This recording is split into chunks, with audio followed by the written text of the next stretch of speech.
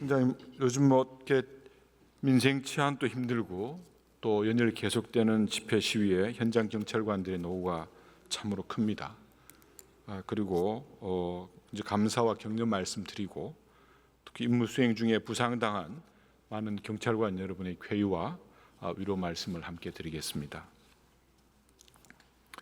팀장님, 지난 19일 새벽 3시경에 있었던 대통령 구속영장 발부 다음에 나왔던 서부지방법원에 대한 난입 사태, 어떤 명분이나 이유로도 정당화될 수 없는, 있어서는 안 될 일인 것 맞죠? 예, 그렇습니다.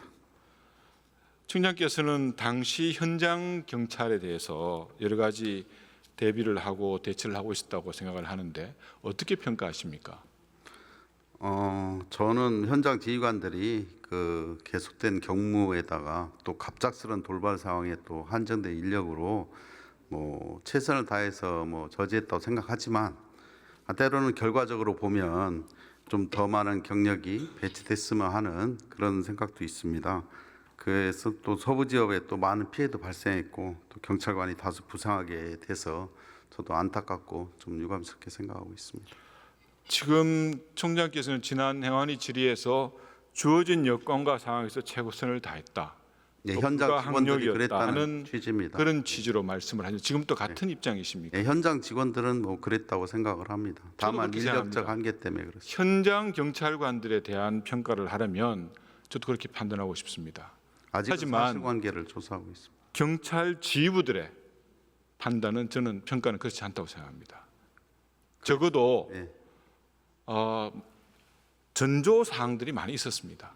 저는 경찰 지휘부에 정말 안이한 판단과 상황 판단과 또 상황에 철저히 대비하지 못하는 그런 철저함의 미숙에 대해서 결과적으로 이런 사태가 초래된 중요한 원인이 아닌가 생각을 합니다. 어떻게 생각하십니까? 저도 뭐 의원님 말씀에 일부 공감을 하고 있고요. 그래서 처음에는 이 상황이 구호제창 등 뭐 일상적인 집회였었는데 3시부터 갑작스럽게 돌발스럽게 이제 폭동 형태로 변해서 저희도 예측하지 못한 점도 있습니다. 그러다 보니 처음부터 이 집회 시위 관리 계획 초기부터 그 완료까지 전반적으로 제가 지금 사실관계를 들여다보고 있고요.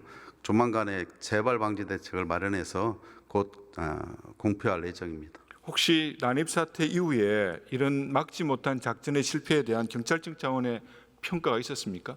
아직 현재 그 사실관계를 확인 중에 있습니다. 그 이후에 저희들 나름대로 이거에 대해서 평가를 할 예정입니다. 제가 경찰 지휘부의 안이한 상황 판단을 말씀드리는 것은 첫째는 이번 사태가 벌어지기 전 낮 시간부터 유례없는 4만 5천 명 가까운 집회 시위 인원이 현장에 모였습니다.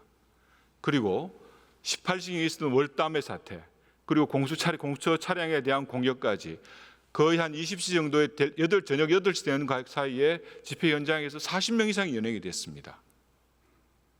예, 그 저희들도 기존의 이 집회 양상과는 다르게 그 집회 시위 패러다임이 약간 바뀌지 않았나. 왜냐하면 총체적인 집회 주최 측보다는 그룹 떨어져 있는 그런 돌발 행동들이 야간 시간에, 심야 시간에 영장이 발부가 되면은 비록 집회 시위 사람들의 숫자는 줄어들었다고 하더라도 그 시위 형태가 훨씬 더 격렬해질 거라는 것은 누구나 다 예측 가능하지 않습니까?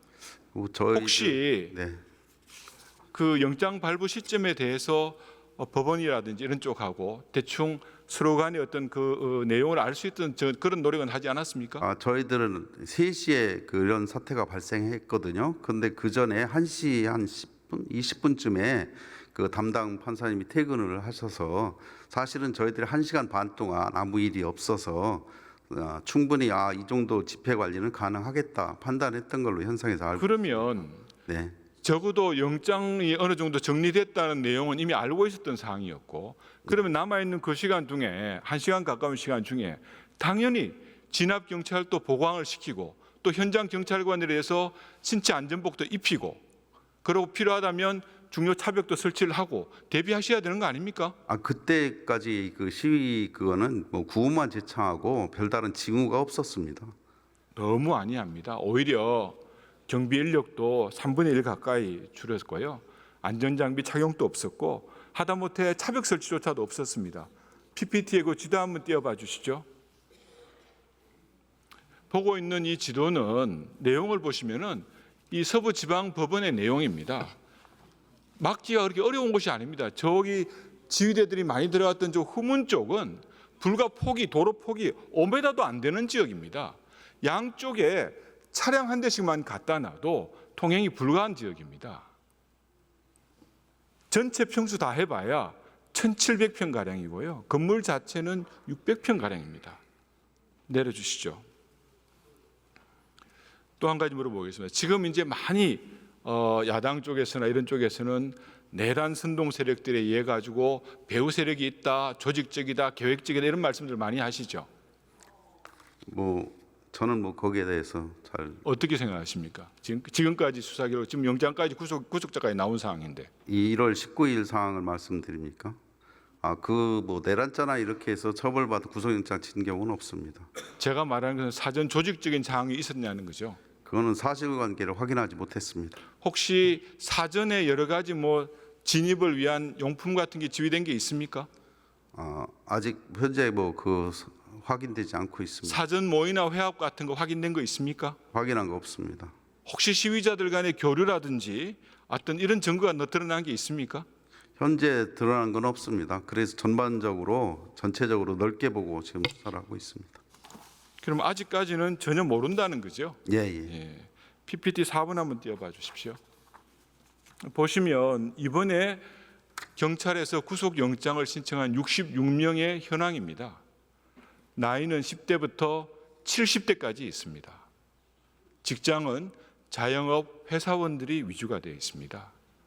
과연 이런 분들이 얼마나 내란을 사전에 모의했을지 상당히 어떤 내용인지 한번 확인을 해봐야 될 사안 같습니다.